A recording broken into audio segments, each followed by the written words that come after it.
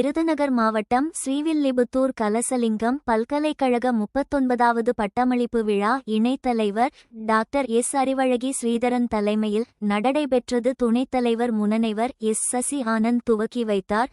துணைத்தலைவர் முனைவர் அர்ஜுன் கலசலிங்கம், துணைவேந்தர் முனவர் நாராயணன், பதிவாளர் முனைவர் வாசுதேவன், பல்கலை செயற்குழு யுஜிசி உறுப்பினர் பேராசிரியர் கதிரேசன் முன்னிலை வகித்தனர்.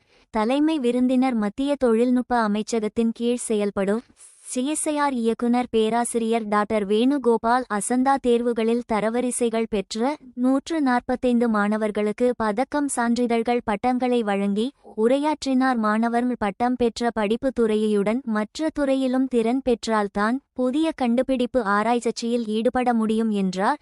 உலக அளவில் இந்தியாவில்தான் அதிக இளைஞர்கள் 35 விழுக்காடு உள்ளனர்.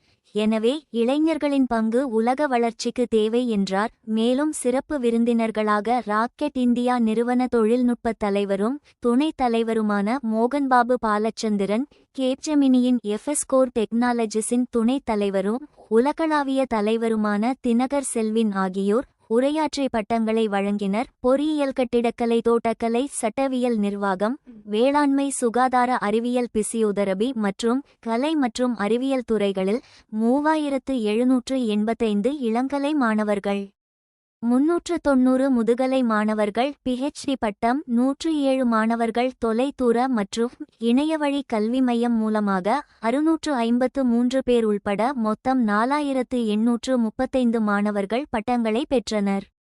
விருதுநகர் செய்திக்காக செய்தியாளர் பாண்டியராஜன்.